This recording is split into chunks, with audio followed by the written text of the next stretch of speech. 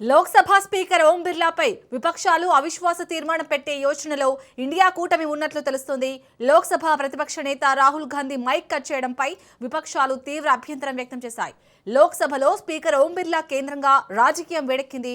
సభలో ఆయన పక్షపాతంగా వ్యవహరిస్తున్నారని విపక్షాలు ఆందోళన వ్యక్తం చేస్తున్నారు. దీంతో రాజ్యాంగంలోని 94C ప్రకారం స్పీకర్ ఓం బిర్లాపై అవిశ్వాస తీర్మానానికి సిద్ధమవుతున్నట్లు తెలుస్తోంది.